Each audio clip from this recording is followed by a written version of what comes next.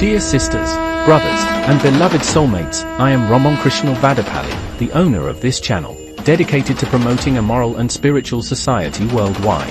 Our main objective is to share the epic story of the Mahabharata, which serves as a rich collection of spiritual and moral teachings. This includes the Bhagavad Gita, a profound source of enlightenment for all humanity.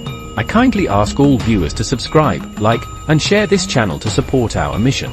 The Mahabharata comprises a total of 589 stories, each contributing to our understanding of life and spirituality. Please subscribe and share and support me for more likewise. Thank you. Yours, Vadapalli Ramakrishna, ancient yoga trainer.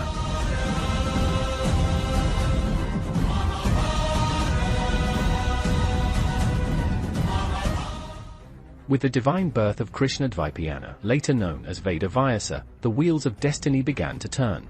His wisdom shaped the very foundation of Dharma, and his epic, the Mahabharata, became a guiding force for generations.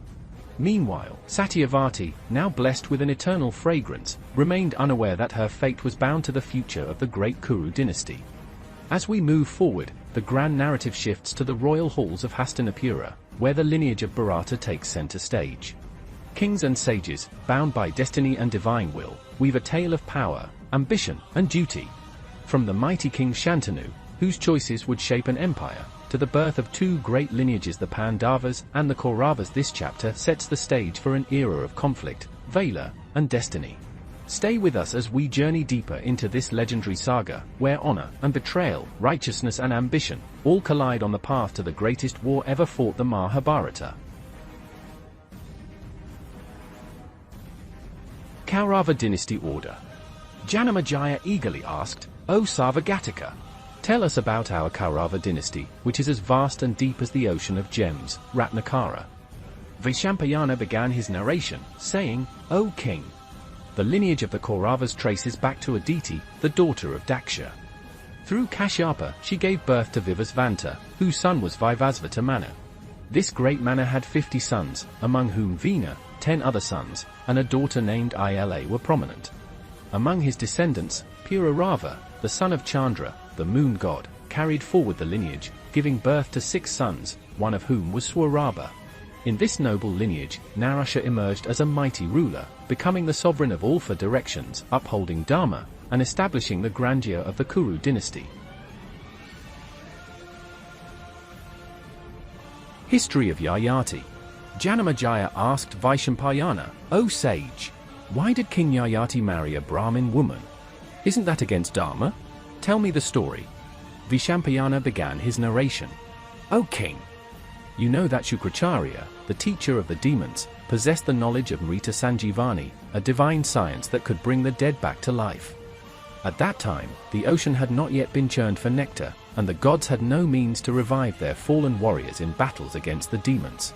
Fearing that Shukracharya's wisdom would make the demons invincible, the gods sought a way to learn this knowledge. They chose Kacha, the intelligent son of Brihaspati, and blessed him, saying, 'Dear one, you are even wiser than your father. Go to Shukracharya as a disciple, serve him, and acquire this knowledge. Especially, win the favor of Devayani, his beloved daughter, for she holds great influence over her father. May you succeed.' Taking his parents' permission, Kacha set forth. Shukracharya was residing with the demon king Vrishapava. Kacha humbly bowed before him and said, 'Gurudev, I have come to serve you as a disciple. Please bless me with your knowledge.' Shukracharya, honored that the son of Brihaspati sought his guidance, agreed.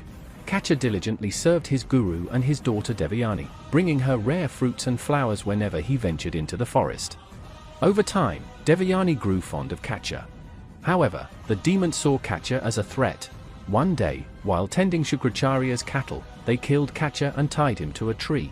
When the cows returned without him, Devayani grew worried and told her father.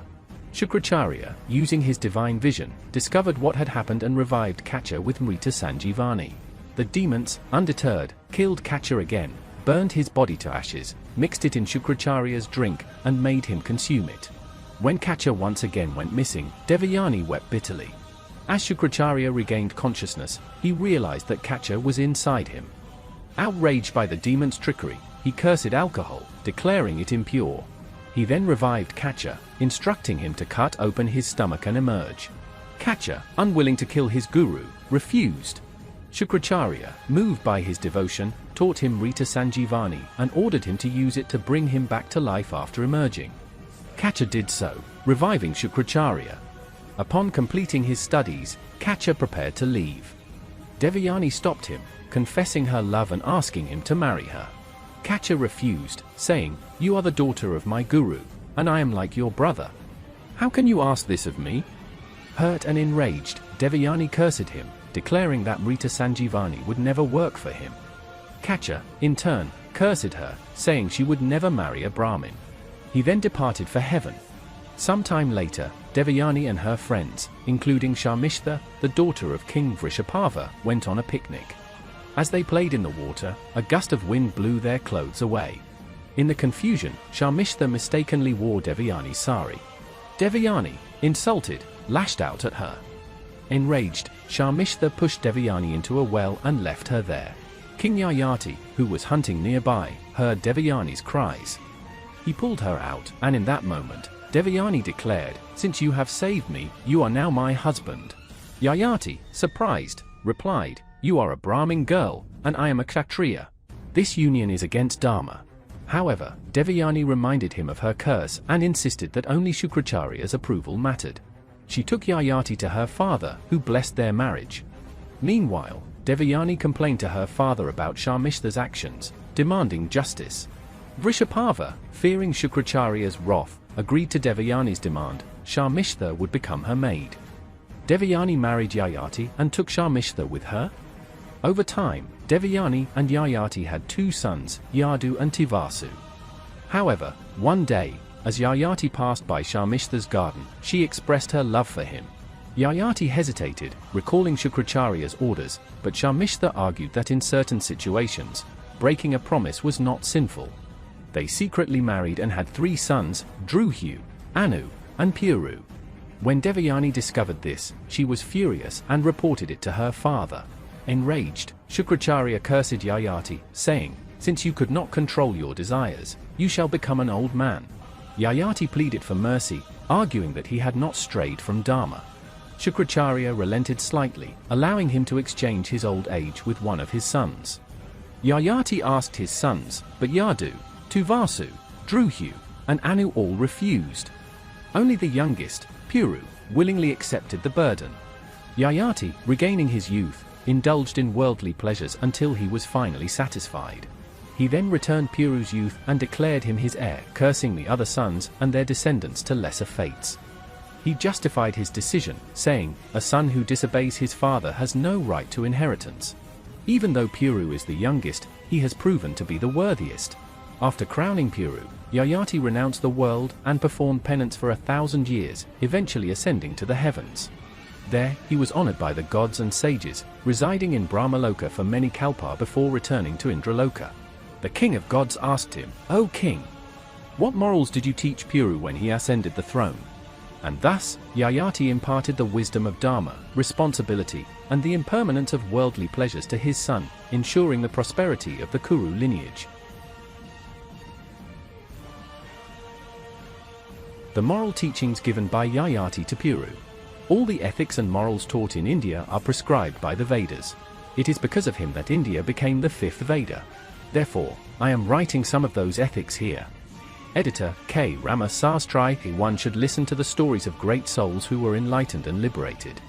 One should sit in the assemblies of good people and learn the ethics and subtleties of Dharma. It is not enough to merely know these teachings, one must practice them, for knowledge without application is useless. Charity should be given to those who are deserving, and one should not rely on begging for survival.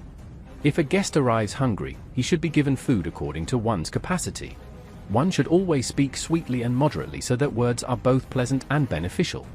Words hold great value at the right time. One should not associate with wicked people who hurt others with harsh words. Compassion, truth, peace, and sincerity should be upheld firmly in the mind, while internal enemies like lust, anger, greed, delusion, and jealousy must be overcome.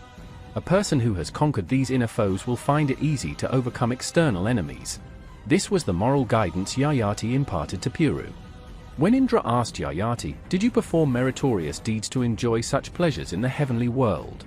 Yayati proudly responded, I have performed such great penance that even the sage Surasura could not accomplish, and thus, I have enjoyed these divine pleasures. Seeing his pride, Indra became angry and declared, Your merit is exhausted. You will no longer be able to enjoy the pleasures of heaven. He ordered Yayati to descend to the netherworlds.